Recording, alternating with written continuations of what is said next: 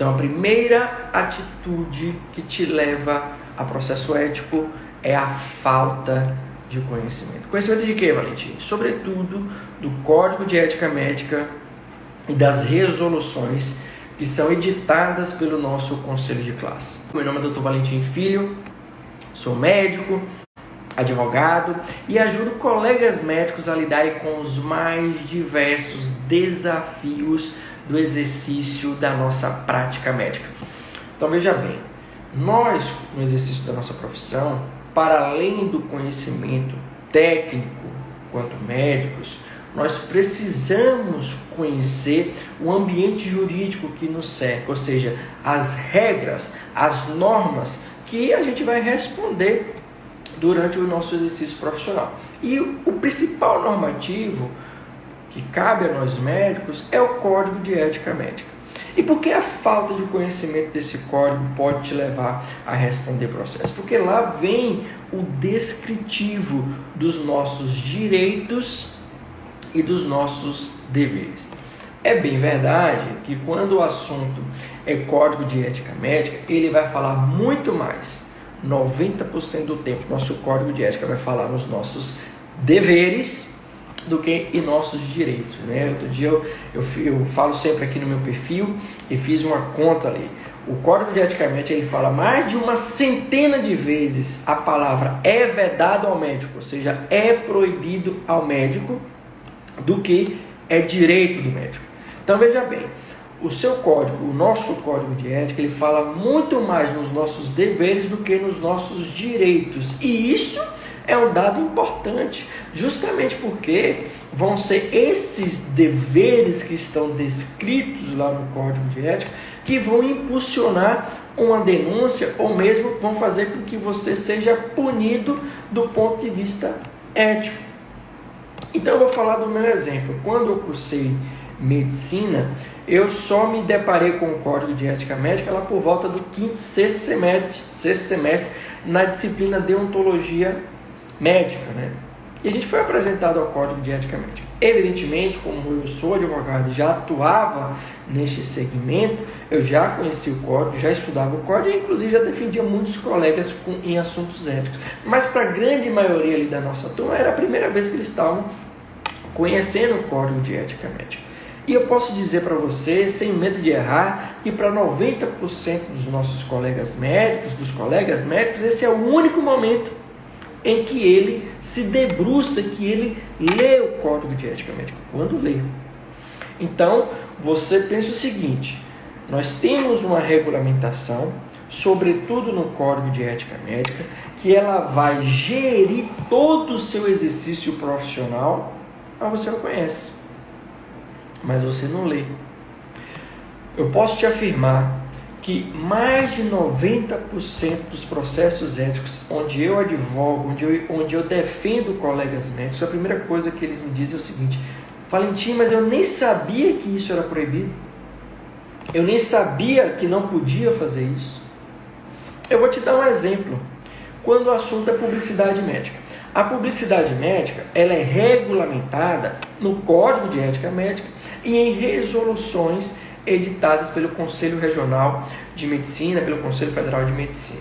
Então, a falta de conhecimento sobre essas normas, sobre essas regras, faz com que, na grande maioria das vezes, o médico faça uma publicidade equivocada do ponto de vista ético. Faça o seguinte, faça um exercício aqui, logo depois que terminar essa live. Acesse aí o perfil de vários colegas médicos e observe um dado importante. Se na bio consta o CRM dele.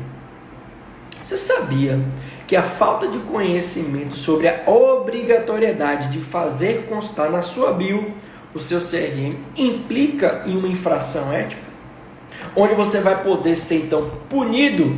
Lembra das punições? São 5 possíveis punições quando a gente fala do Código de Ética Médica, que é advertência confidencial, censura pública, suspensão do CRM, cassação do CRM. Então, a ausência do seu CRM, do número de registro no seu respectivo conselho de classe, pode lhe custar uma dessas 5 punições.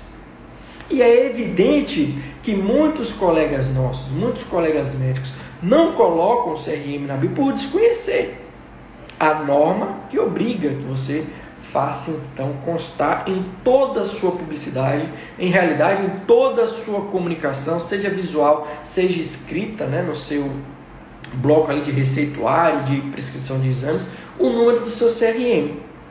Então a falta de conhecimento sobre essa exigência faz com que muitos colegas médicos respondam a processos éticos.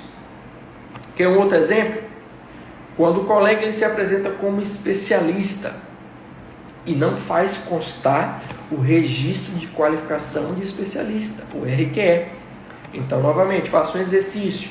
Acesse aí o perfil de colegas que você conhece que se apresentam como especialista, psiquiatra, nutrólogo, endócrino, enfim, que se apresentem de algum modo como um especialista. E observe se ele fez constar o RQE. Porque veja bem, a rigor, o médico ele pode atuar em qualquer área da medicina, pode exercer, atuar ali em qualquer área da medicina, mas ele só pode se apresentar como especialista se ele tiver o respectivo registro de qualificação de especialista, que é o RQE, que você vai conseguir mediante prova de títulos de Sociedade Brasileira daquela especialidade ou via residência médica. Mas muitos colegas, por desconhecimento, não fazem constar o RQE. E veja bem, há tempos atrás eu estava defendendo uma colega no processo ético, onde ela era especialista, mas não sabia que precisava registrar a conclusão ali da residência no Conselho Regional para ter o número de RQE. E ela estava respondendo ao processo ético por estar fazendo publicidade de uma especialidade médica sem supostamente ser especialista. E aí a nossa linha de defesa foi justamente fazer constar que na realidade ela era sim especialista do ponto de vista formal, já que ela fez a sua residência médica, mas tinha esquecido, ou melhor, ela não conhecia a obrigatoriedade de fazer esse registro junto ao seu conselho de classe, para que você tenha então acesso ao seu número de RQE. E pela ausência desse número de RQE na bio dela, ela estava respondendo a um processo ético. Ou seja, a primeira atitude que leva com que muitos colegas médicos respondam a processos éticos é a falta de conhecimento. A falta de conhecimento, sobretudo, do Código de Ética Médica e das resoluções que estão aí vigendo no nosso país e que, por consequência, nós temos que nos submeter. Veja aqui, eu sempre, quando vou falar sobre Código de Ética, sobre resoluções, eu falo o seguinte: nós, quanto médicos, podemos discordar de muitas das resoluções, de muitos dos artigos que estão previstos no Código de Ética Médica. Uma coisa é você discordar, e aí você pode fazer o exercício democrático de expor sua opinião, de criticar, mas uma coisa é discordar, a outra coisa é descumprir, porque se você descumpre, você vai estar sujeito a responder ao processo.